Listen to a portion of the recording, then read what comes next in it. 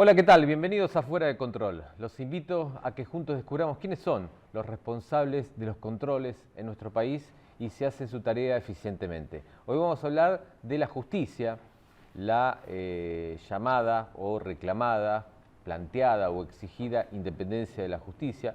Vamos a hablar de trabajos que se están haciendo en función de, obviamente, una situación, el de la justicia, que no contenta a todos los sectores, ni mucho menos.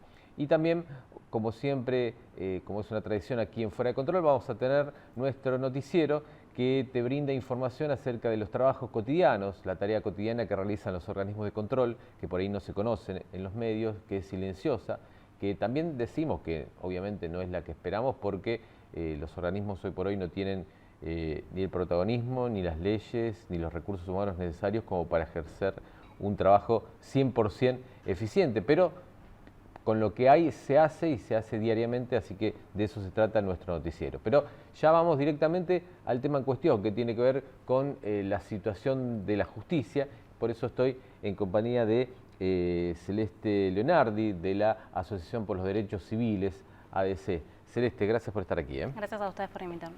Bueno, tengo entendido que la semana pasada tuvieron un encuentro, hay una serie de organizaciones que se reúnen precisamente con los fines de trabajar o de proponer una mejor justicia, ¿no? Exacto, sí, el miércoles pasado, la Asociación por los Derechos Civiles, CIPEC, Poder Ciudadano, Directorio Legislativo y Unidos por la Justicia, lanzamos la Coalición para la Independencia Judicial. Esta iniciativa fue presentada en la UBA y el motivo de esta iniciativa es porque estamos preocupados y preocupadas por una serie de hechos y de irregularidades que han venido afectando a la independencia judicial. Y entonces lo que aspiramos con la Coalición para la Independencia Judicial es promover cambios y reformas que fortalezcan la independencia judicial en Argentina. Perfecto, es algo, digamos, un reclamo, un planteo casi permanente, ¿no? Hubo pocos periodos en los cuales por lo menos la justicia o la gente o la sociedad estuvo, y la opinión pública estuvo conforme con el proceder judicial, reformas que son casi estructurales. Y en ese sentido, ¿qué es lo que propone esta coalición? Bien, en el lanzamiento de la Coalición para la Independencia Judicial presentamos un documento fundacional y allí nosotros identificamos una serie de problemas que han venido afectando a la independencia del Poder Judicial.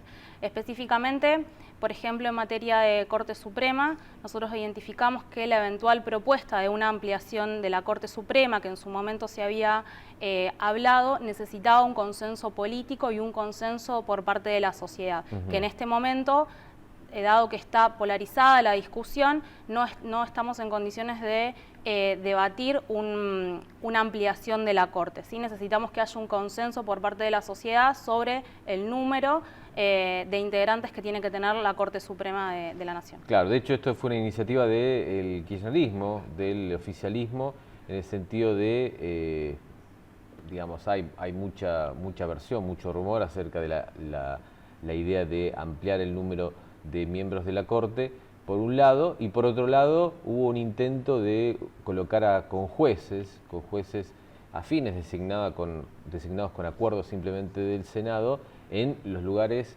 que hoy ocupan, o lugares vacantes, por lo menos, de los miembros de la Corte Suprema, lo cual hubiese inclinado la balanza políticamente, ¿no? Exacto, desde la renuncia de Zaffaroni, que se propuso al candidato Carles, que está pendiente aún su pliego en el Senado, como ese cargo aún está vacante, ¿no? La Corte está integrada actualmente por 4 miembros, se propuso esta lista de conjueces que posteriormente fue declarada inconstitucional por la Corte Suprema porque no había sido aprobada por los 2/3 del Senado que exige la Constitución.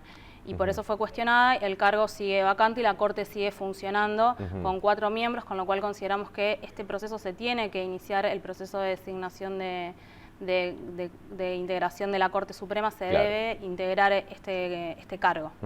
Y bueno, hay otro tema que vi, por lo menos en el trabajo que ustedes presentaron, o que acordaron por lo menos, que justamente tiene que ver con un tema actual, como es la remoción, por lo menos, de 2 de los jueces subrogantes que integraban la Cámara Nacional de apelaciones, ¿no? De casación de penal. casación penal, exactamente. Estamos hablando de Luis María Cabral y Gustavo Hornos. Justo se produce esa remoción, es decir, subrogante quiere decir que están a cargo de un tribunal, pero están cumpliendo interinamente, en este caso, como integrantes de la Cámara de Casación. La remoción justo sea cuando esa Cámara tenía que decidir sobre la inconstitucionalidad, o no, por lo menos del memorándum de entendimiento entre la Argentina e Irán.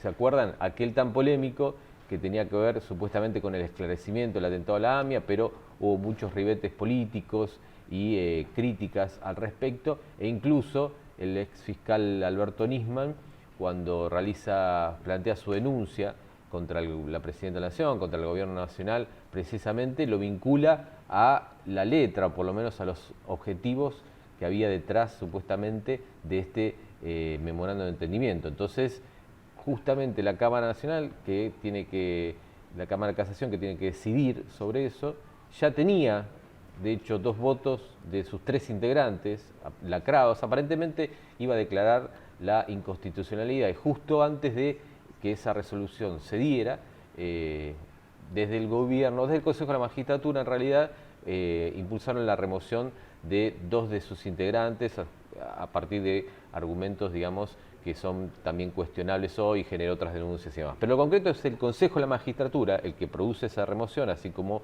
el que genera que la designación, ¿no?, de un subrogante, y ustedes en este documento cuestionan también de alguna forma el funcionamiento del Consejo de la Magistratura. ¿Por qué?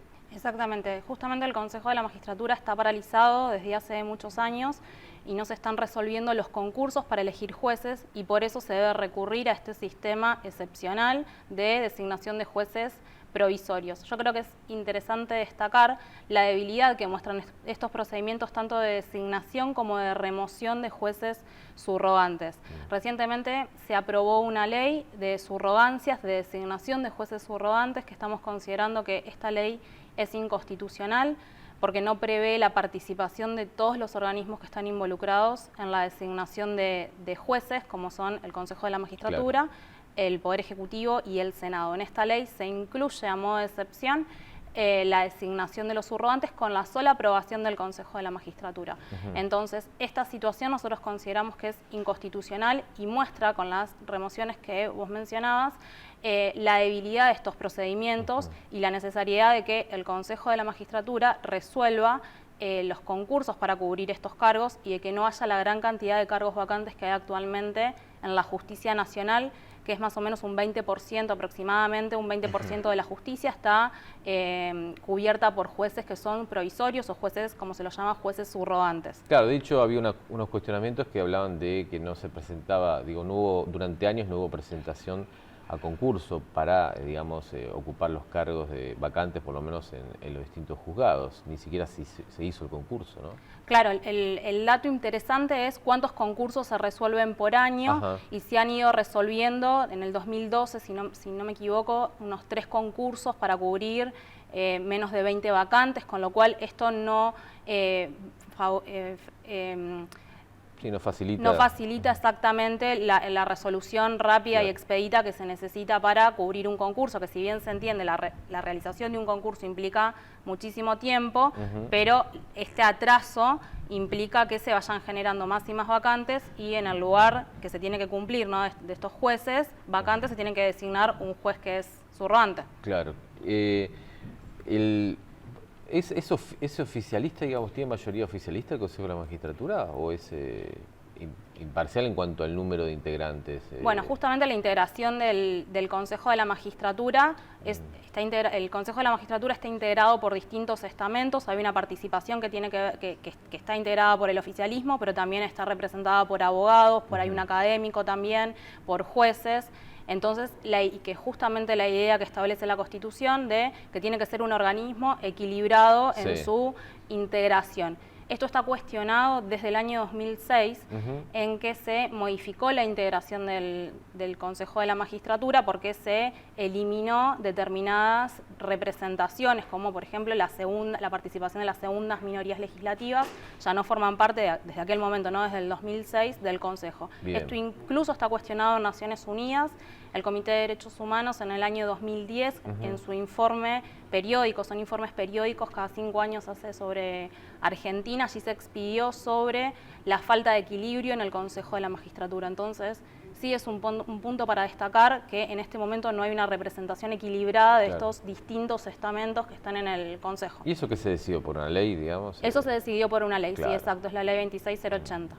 Claro. ¿Qué otro tema, digamos, plantearon en este documento de la Coalición por la Independencia de la Justicia?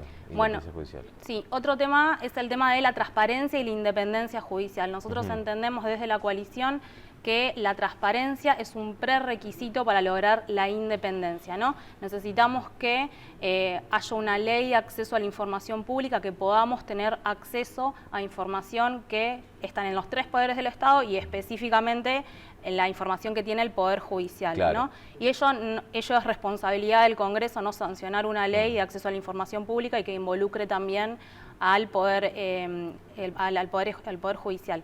Sí se han dado pasos importantes. En el 2013 se aprobó una ley dentro del paquete de leyes de reforma judicial en que se obligaba a publicar las sentencias y acordadas de los tribunales. Sin embargo, consideramos de que esta información es muy acotada, hay muchísima más información a la que no podemos acceder y que es necesario y que una ley de acceso a la información pública podría cumplir, ¿no? Claro. Otro punto también interesante es la administración de los fondos del Poder Judicial. Esta administración de los fondos le corresponde al Consejo de la Magistratura. Actualmente, como todo organismo público, tiene que estar controlado por la AGN, no por la Auditoría General. Este control externo en la actualidad no se está haciendo. El Consejo celebró un convenio con la AGN para implementar este control. Sin embargo, se designó un comité de seguimiento, pero sin embargo esto no se está haciendo. O sea que todos los fondos del Poder Judicial que controla el Consejo de la Magistratura no están bajo control alguno, y esto sí hay que destacarlo. Claro. Porque implican ni más ni menos que todos los fondos de la Administración de la Justicia. Es llamativo lo que decís, y porque por un lado uno a veces ve, digamos, en los medios los chisporroteos entre el Poder Ejecutivo, el gobierno de turno, y el Poder Judicial en algunas cuestiones, ¿no? Causas, lo que hablamos de esta remoción de subrogantes, intereses y demás. Y por otro lado vos ves que hay cierta complicidad, por así decirlo, en algunas cuestiones, ¿no? Porque de hecho, bueno, el Consejo de la Magistratura, así como quiere o es utilizado por un sector político o por el sector oficialista para imponer jueces y demás, hace la vista gorda cuando tiene que controlar el tema económico, en todo caso, de los fondos que dispone del Poder Judicial. Por eso está bueno lo de la independencia, más allá de que, bueno, mucha gente descrea que existe independencia total y demás, pero por lo menos que algo un poco más serio, en el sentido de a veces somos rivales, otras veces para otras cosas somos aliados, pero lo concreto es que la gente no puede acceder a cuánto gana un juez o cuántas horas trabaja, digamos, un secretario, etcétera, etcétera. Digamos, son corporaciones en todo caso, ¿no? Exactamente, sí. Y también vinculado con este tema, y que también se encuentra en nuestro documento, es el tema de ética judicial.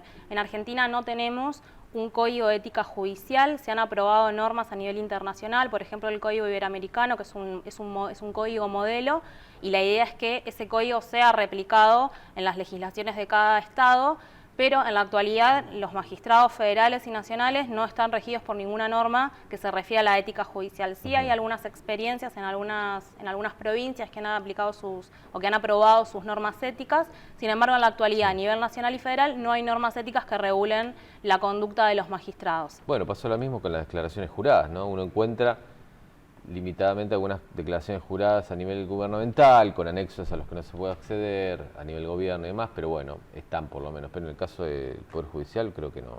todavía. Bueno, y en el caso de las declaraciones juradas, justamente hubo un retroceso, porque la ley de ética, de la 25188 establecía, ¿no?, que se debían presentar las declaraciones juradas de los jueces. Esto se modificó en 2013 y hubo un retroceso en cuanto a la información que tienen que brindar los jueces en sus declaraciones juradas. Es decir, que a partir de 2013 se dio un paso para atrás en lo que respecta a las declaraciones juradas de los magistrados. Bien. Te agradezco, Celeste, tu presencia y bueno, seguiremos esto porque hay mucho por hacer. Este es el inicio no solo de esta coalición por la justicia independiente, por la independencia judicial, sino también un largo trabajo que esperemos que sea acompañado por el poder político, ¿no? Bueno, muchas gracias a ustedes. No, por favor. Y en el bloque siguiente seguimos con más Fuera de Control.